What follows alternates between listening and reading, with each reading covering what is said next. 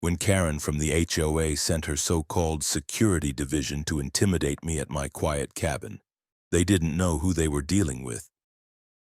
I wasn't just another homeowner. I was a federal agent undercover, and their little empire was about to come crashing down.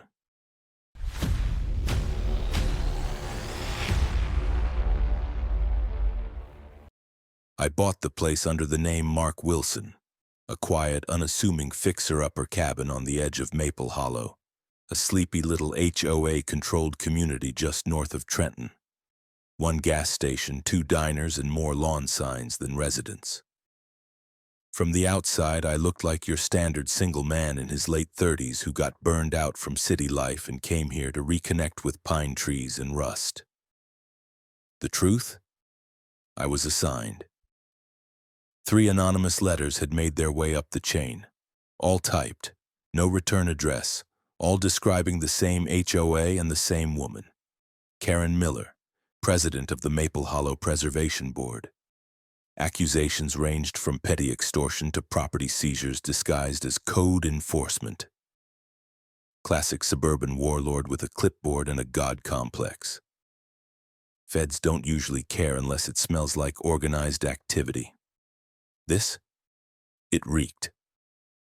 I got the house through a seized assets auction.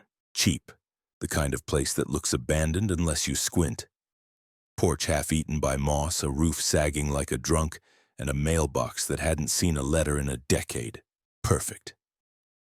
Quiet enough not to attract attention, but close enough to the HOA's borders to poke the bear. First day I rolled in with a U-Haul and a rusted-out pickup.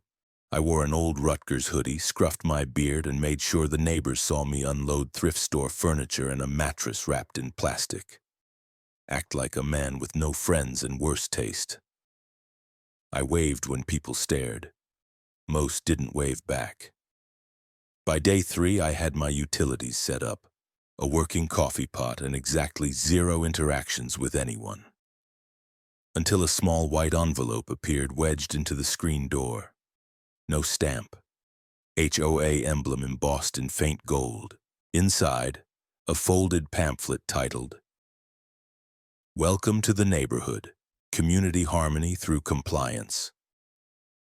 There was a form asking for my contact info, preferred lawn maintenance provider, and a suggested donation to the HOA Security Patrol.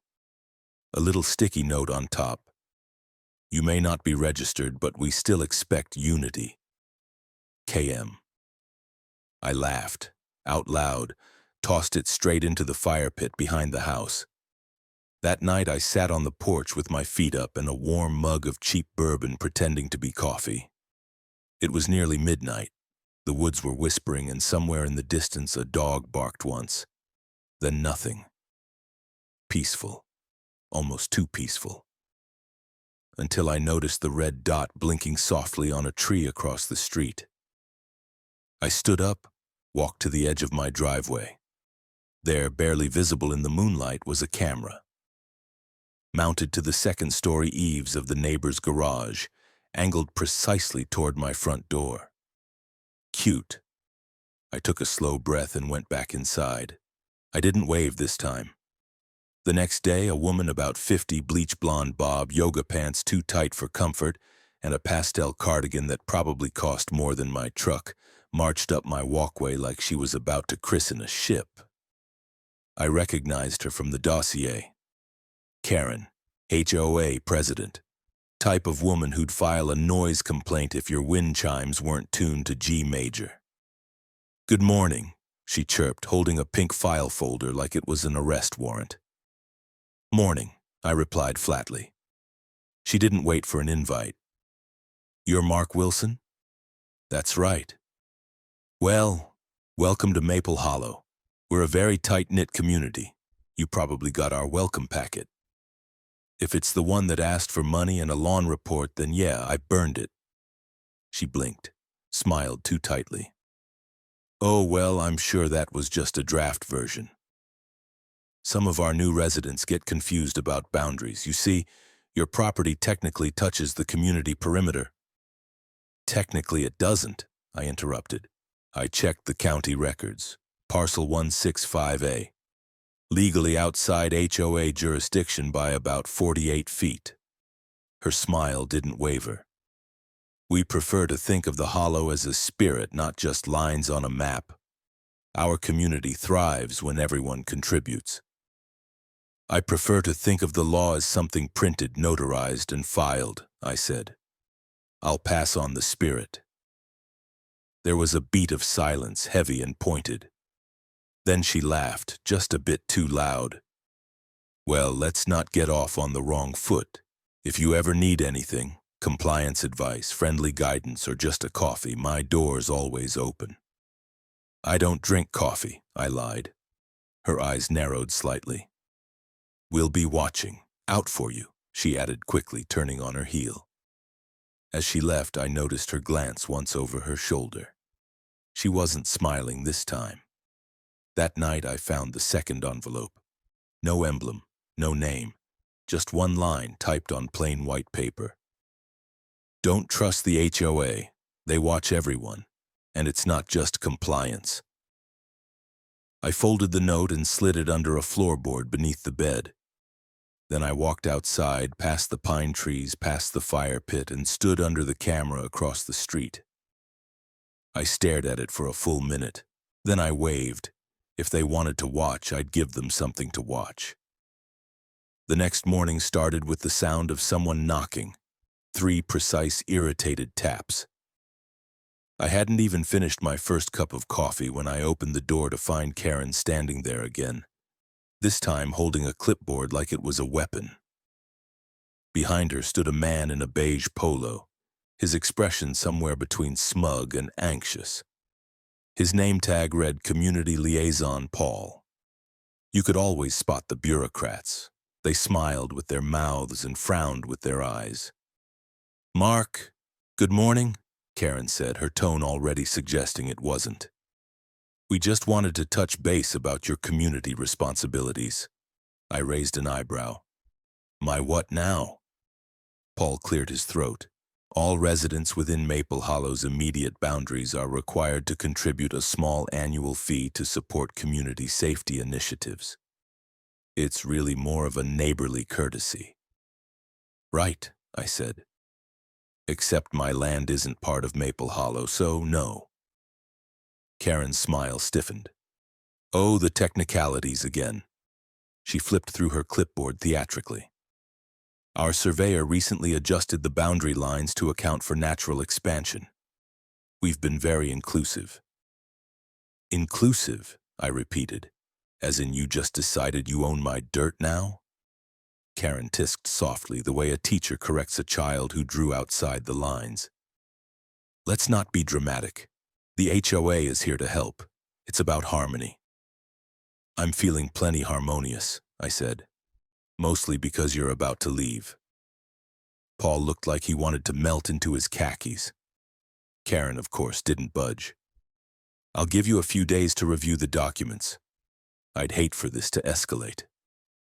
When they finally left, I stood there watching them walk up the road. She didn't look back this time, but I caught her reflection in the window of a parked SUV.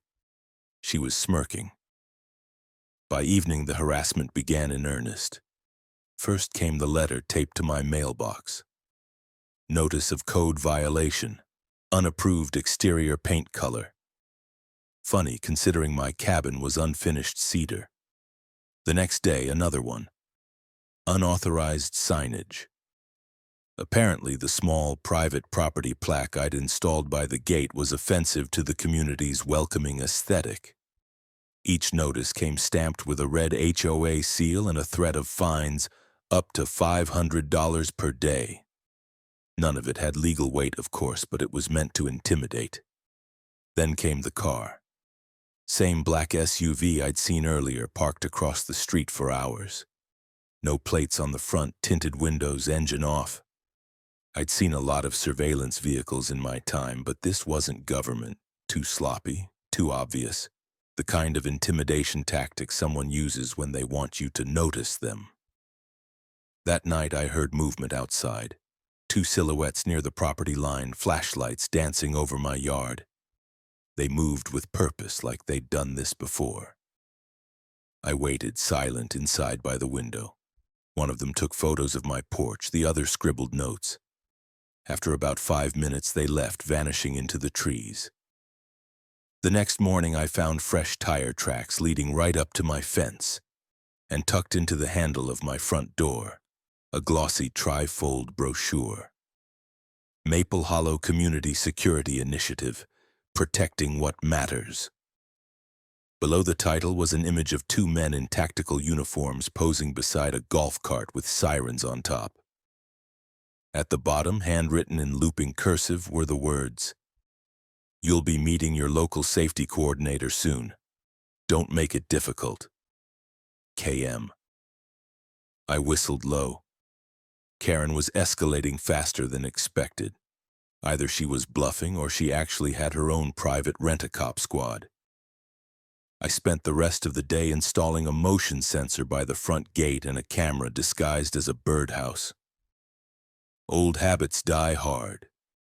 Around sunset, I caught sight of Paul again, standing at the end of the street, phone to his ear, stealing glances toward my house. The man looked miserable. I almost felt bad for him. Almost. That night, while reviewing the footage from the new camera, I saw movement again. A different pair this time, wearing dark windbreakers and baseball caps. They weren't locals. The way they moved, disciplined, mechanical, told me this wasn't just HOA theater anymore. Someone was funding this, and Karen was the face. The next morning, my phone rang.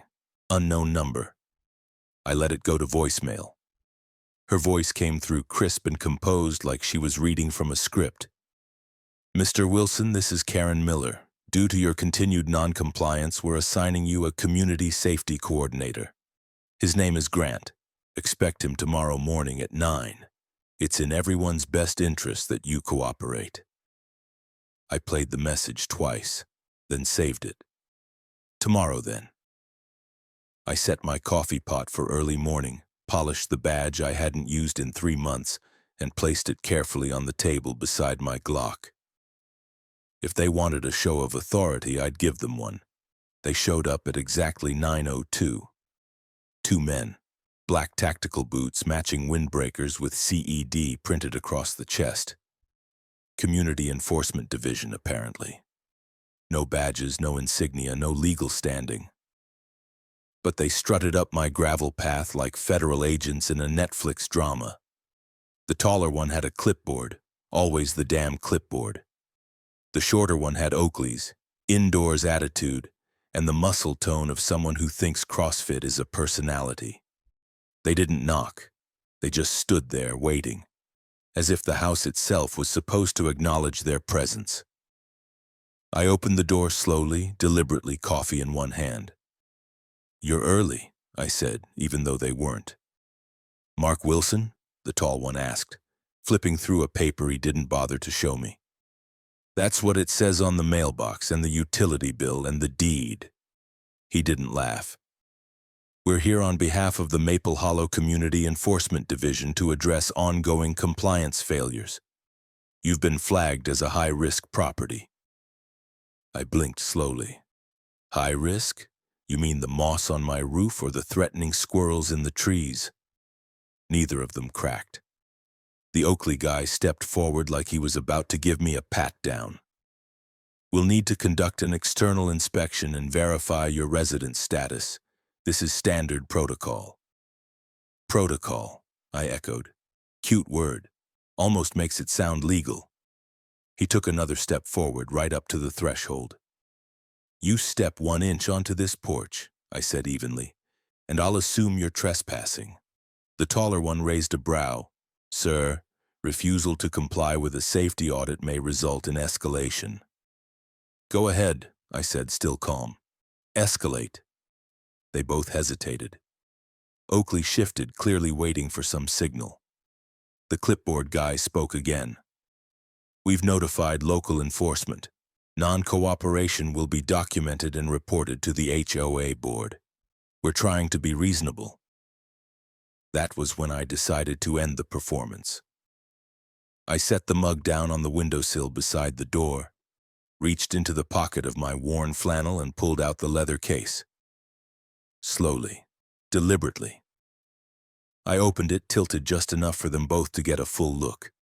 FBI credentials, real ones, real badge, gold, embossed federal. You ever watch a man's ego collapse in real time? Oakley took a full step back.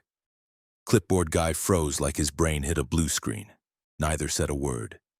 They just stared, eyes flicking from the badge to my face, doing the math and coming up with numbers that didn't work in their favor. I'd like your full names, I said, voice flat now. ID, employer, who hired you, and what exactly you think gives you the authority to threaten federal property. We were told this was a civil issue, Clipboard stammered. Civil doesn't include armed trespass, intimidation, or impersonating regulatory authority, I replied. I suggest you both rethink your next move, very carefully. Oakley turned first, didn't say a word, just pivoted and walked fast back to the SUV idling half a block away. The taller one lingered for half a heartbeat, then stuffed the clipboard under his arm and followed. They didn't even shut the gate behind them. I waited until they were in the car, engine roaring, tires crunching as they spun out and vanished up the hill. Then I stepped outside and picked up the clipboard the tall one had dropped. Inside was a notice of enforcement, printed on maple hollow letterhead, citing a slew of made-up violations. My property was marked as pending acquisition under Phase 2, district absorption. Below that was a map, one I hadn't seen before, with red lines drawn straight through my land as if it already belonged to them. This wasn't just overreach. This was a land grab. I walked back inside, locked the door, and opened the false bottom of my kitchen drawer. Slid the documents in alongside the others. Photos, notes, statements. The file was growing thicker by the day. I forwarded the incident report through a secure drop to HQ. Labeled it, Field Event, Uniformed Intimidation Attempt. Less than an hour later, I got a reply. One line. Proceed with deep cover, focus on HOA financial trail, full operation pending approval. The stakes had just changed. Karen hadn't just created a petty suburban dictatorship. She was laying the groundwork for something bigger, something systemic. Later that evening, I went for a walk. Not the usual kind. I took the long route, through the back trails that ran behind the tennis courts and into the woods behind the HOA clubhouse. I wasn't looking for confrontation. I was looking for proof. And by dumb luck or sheer arrogance, they left the basement window unlatched. The basement smelled like damp carpet, toner ink, and stale entitlement. I slipped through the unlatched window just after 1 in the morning, dressed in black from boots to gloves. No lights on, no alarms, no motion sensors. HOA money clearly wasn't going toward modern security, only intimidation. I landed quietly on the linoleum floor, crouched beneath an old desk. Boxes lined the walls, labeled in the usual adminese. Archives. Annual meetings. Due enforcement. A dying fax machine buzzed near the back wall, oblivious to its irrelevance. I didn't have time to search everything, so I went for the locked cabinet first, the one labeled Admin Private, with a padlock small enough to insult me. A simple tension wrench and rake tool opened it in under 5 seconds. Inside, several leather-bound ledgers, a flash drive taped to a folder, and a manila envelope marked Project Compliance, Delta. Jackpot. I opened the folder first. Inside were schematics of property lines, with heavily edited borders that swallowed up adjacent homes like the HOA was playing Risk. There were draft contracts referring to something called voluntary zoning alignment agreements. Voluntary, of course, meaning sign or face fines. One page listed over 24 properties marked for absorption, including mine, except mine had an asterisk next to it. Handwritten beside it, resistant, approach with caution. Cute. Next, the flash drive, I didn't dare open it on their machine. These people weren't smart enough for proper digital forensics, but no need to take chances. I pocketed it, then turned to the ledgers. Financial records. Real ones. Not the sanitized versions they showed residents at quarterly meetings. I flipped through page after page of payments made to shell companies. Larkstone Contracting, Civic Unity Group, Hollow Safe Enforcement LLC. Every one of them fake. Some didn't even have websites. But the amounts were very real, tens of thousands in security consulting, compliance reinforcement, and most suspiciously, property reclamation. I took photos of everything. My burner phone storage was nearly full by the time I was done. As I slipped the ledgers back into place, I heard a soft creak above me, floorboards shifting. I froze, every sense on edge, hands slowly moving toward the folding knife clipped inside my jacket. Then came muffled voices, a pair of footsteps moving across the floor above. Male, conversational, relaxed. Maintenance crew, late-night drunks, hard to tell. I waited a full minute after they passed, then slipped back through the window and into the brush. I was halfway through the woods when my phone buzzed. No number. Just a message. You're not the only one watching them. Meet me at the boat dock tomorrow. Dusk. Come alone. B. I didn't reply. The next evening I arrived 10 minutes early. The boat dock was a warped stretch of wood poking into a man-made lake, more algae than water. As I approached, I saw him, gray hair, corduroy jacket, khakis, and that particular slouch of a man who once fought big battles and now watches them rerun in his mind. He introduced himself as Ben. Said he'd lived in Maple Hollow for 24 years. Used to be a constitutional law professor before retirement. Owned a small home on the south end of the development. I know who you are, he said without preamble. Not your real name, but I know you're not just some guy who hates HOAs. I didn't deny it. He pulled out a small folder from his coat. Inside, printouts of meeting notes, financial summaries, complaints filed and ignored. He'd been watching too. I had neighbors, good people. Karen and her board ran 3 of them out with debt threats and phony compliance violations. All of them signed over partial rights to their properties before leaving. Ben's voice didn't shake, but his eyes did. One was a veteran with PTSD. Another was an elderly widow who couldn't afford the sudden beautification fines. Karen used the HOA like a scalpel, cut people out, quietly, surgically. No one questioned it, until now. I showed him some of what I'd taken, just enough to build trust. He whistled low. Phase 2, he muttered. That's the program she mentioned last year. Said it would streamline community cohesion. I didn't think she meant land annexation. She did, I said. And worse, she's funding fake security forces, creating forged maps, laundering money through front companies. Ben nodded slowly, his jaw tightening. I'll testify. Whatever you need. I'm done watching. We shook hands. I returned home under cover of darkness, uploaded everything I'd gathered to the secure drive, and sent it up the chain. The next morning, the directive came in. Clear to initiate full investigation. Prepare for coordinated operation. Things were no longer theoretical. Karen wasn't running an HOA. She was building an empire. There was a certain stillness to the neighborhood that week. Like the quiet before a tornado rearranges your entire zip code. Karen's empire hadn't crumbled yet, but the cracks were forming, and I was the jackhammer at her front porch.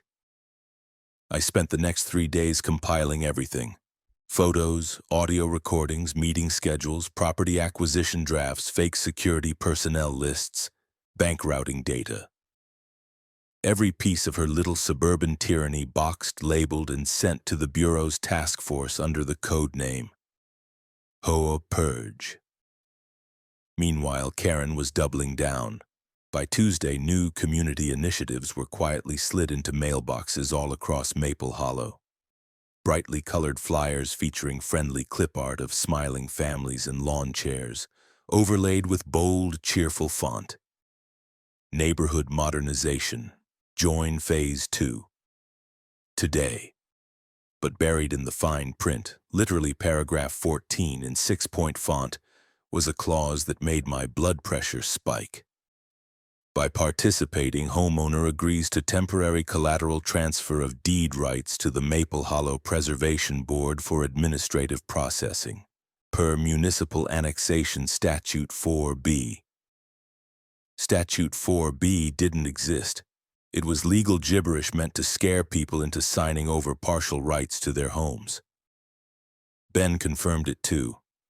He'd received the same flyer. So had half the street. Most of them didn't even notice the clause. Some had already signed and returned it, happy to support the community. That's when I realized how deep her grip ran, not just through intimidation but through trust. She didn't need to kick in doors.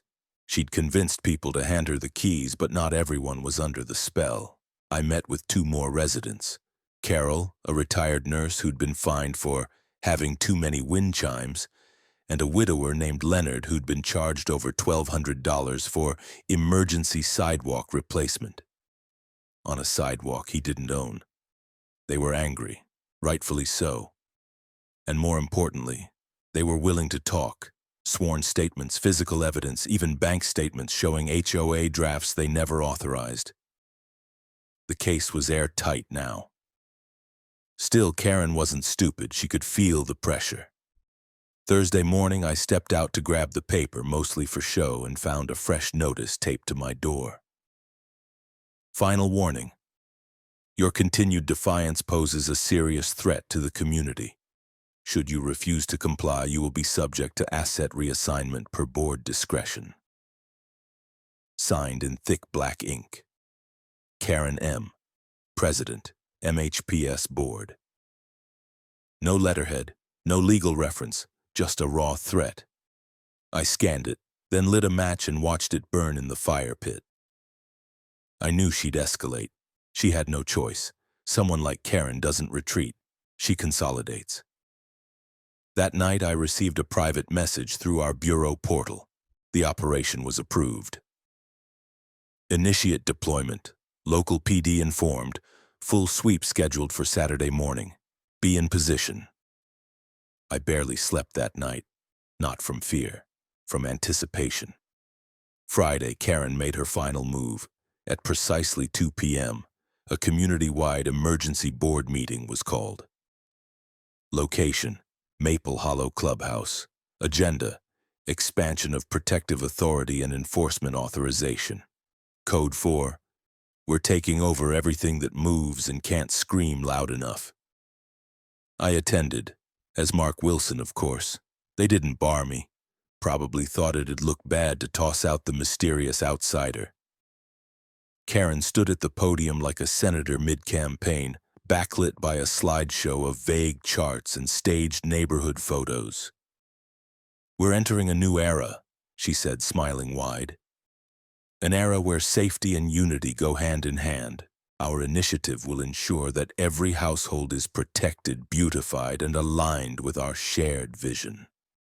No more outliers, no more exceptions. People clapped. Not all of them, but enough to make it clear she still had sway. Then she dropped the bombshell. Effective immediately, the Maple Hollow Preservation Board will extend jurisdiction to all bordering parcels under the ME Emergency Integration Clause, ensuring a seamless and safe perimeter. Any residents previously non-compliant will be absorbed into our stewardship. Enforcement begins Monday. I stood, quietly, calmly. Question, I said. She froze mid-sentence. Yes, Mr. Wilson. Could you cite the state statute that allows you to seize property outside your jurisdiction? A murmur rippled through the room. Karen didn't flinch. The board has full authority under Chapter 47 of the Municipal Property Code. I nodded. Great. That chapter was repealed in 2011. Gasps. Small but real. Karen's smile faltered. That's irrelevant to this situation. Not to the county court system. Her lips curled, but she moved on too fast. But it was too late. I'd planted doubt. After the meeting, she approached me in the hallway. Alone, her voice low and tight. "You think you've won something?" she hissed. I looked her dead in the eye. "Not yet," and walked away. Saturday morning arrived with the sunrise so clean it felt like karma. 7 a.m. sharp. I stood in my yard, coffee in hand, as unmarked sedans and local cruisers rolled into Maple Hollow like the tide. One by one, agents exited vehicles, badges visible, warrants in hand. Karen had just finished her morning jog when she was met on the sidewalk by 2 agents from Internal Affairs and 1 very confused local deputy. She went stiff as a mannequin. I couldn't hear what they said, but I saw the moment it hit her, right when her jaw clenched and her hands froze mid-gesture. Then the cuffs came out, and suddenly it was very, very quiet on Oak Bend Drive. Karen was still in leggings and a zip-up fleece when they put the cuffs on her.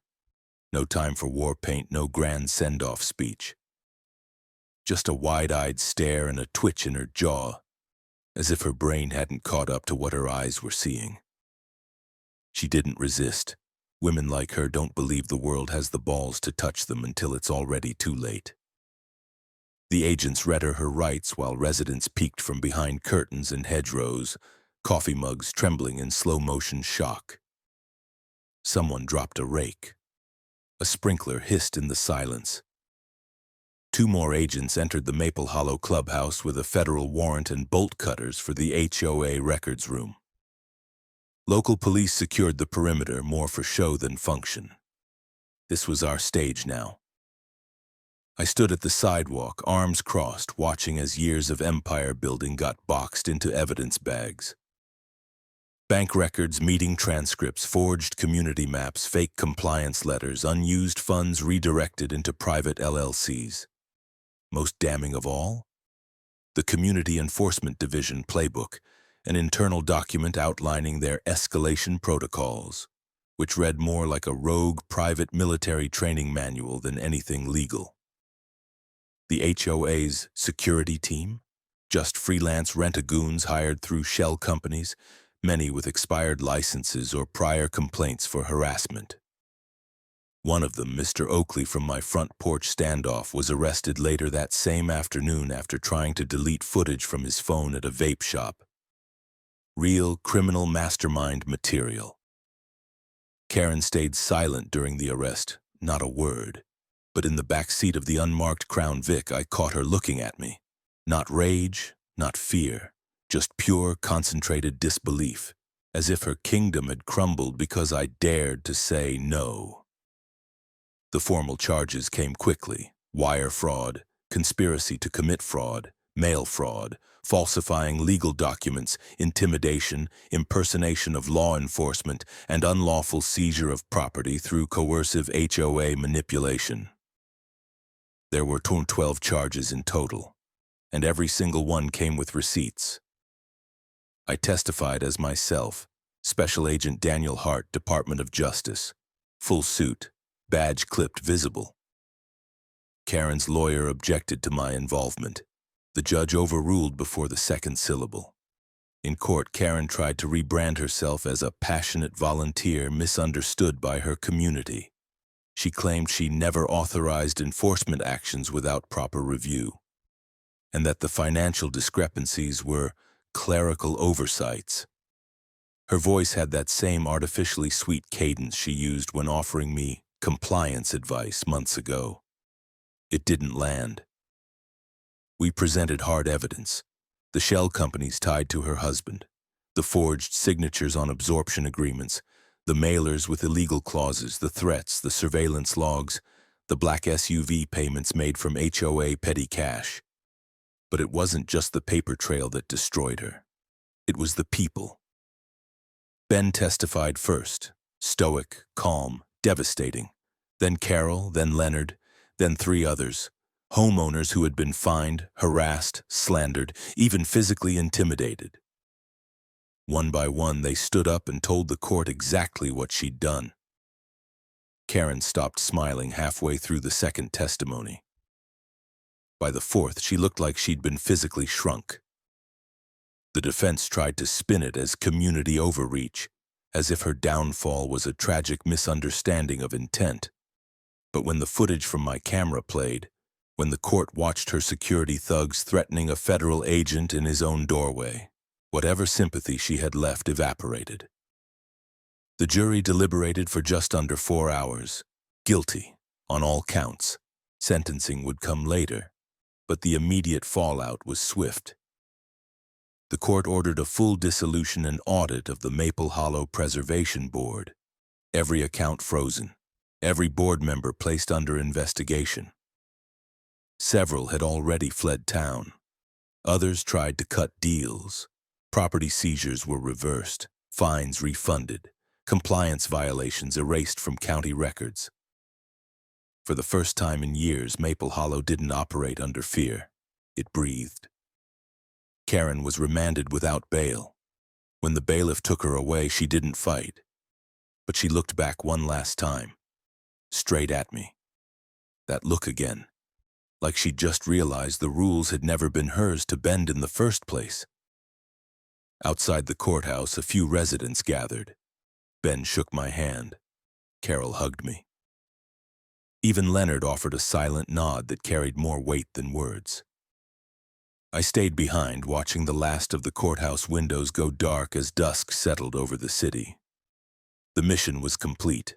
The fraud, the threats, the intimidation, it was all over.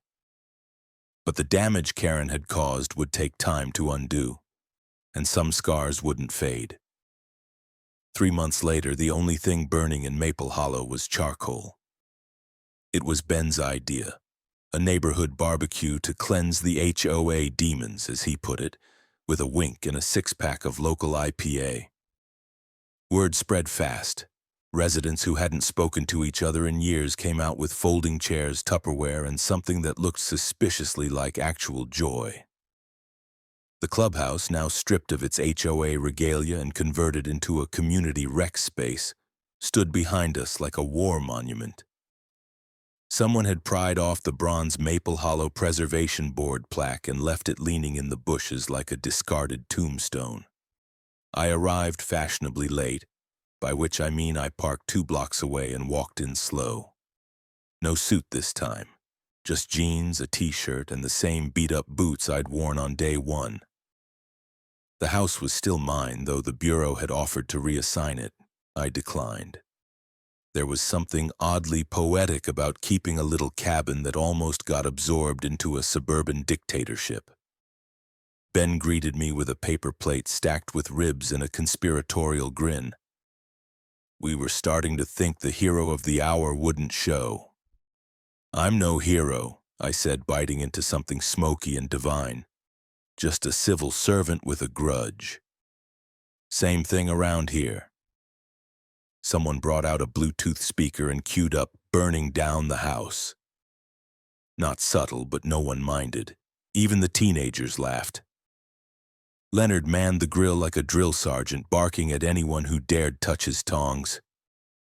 Carol had organized a bake-off table. One kid was selling lemonade for legal recovery funds, which was both adorable and deeply American. At one point, I caught sight of a cake shaped like a pair of handcuffs, frosted in blue, gold trim, Karen-themed. Carol admitted to baking it herself. "Therapeutic," she said. I didn't argue. Near sunset, someone tapped a spoon against a wine glass and shouted, "Speech!" I groaned. Ben shoved me forward. I stood on a cooler and looked out at maybe 50 people. Neighbors, former victims, survivors of one woman's petty empire. Most of them were smiling. A few were still wary. Trust doesn't return overnight. But something had shifted here. "I moved here for peace and quiet," I began. "Didn't get it. But I got something better. Laughter, a few cheers. You took back your neighborhood. Not with lawsuits or firepower, just by standing up and saying, "No, I don't think so." That's rare. That's brave. And that's worth celebrating. Someone shouted, "To hell with Karen." Another added, "Long live the squirrel sanctuary." That one I didn't get. I raised my drink. To freedom, and to well-behaved HOAs everywhere, which hopefully remain fictional. They laughed, clinked glasses. As the night fell, string lights twinkled between the trees, casting long shadows over picnic tables and cheap folding chairs. The scent of grilled meat, smoke, and citronella candles hung in the air like a promise. The HOA was gone, but something better had taken root. Later, I walked back to the cabin alone. Fireflies blinked like surveillance drones with better intentions. The woods whispered, not with menace, but with life. I tossed my badge on the table, pulled off my boots, and opened the window to the sound of laughter still echoing in the distance. Tomorrow I'd leave.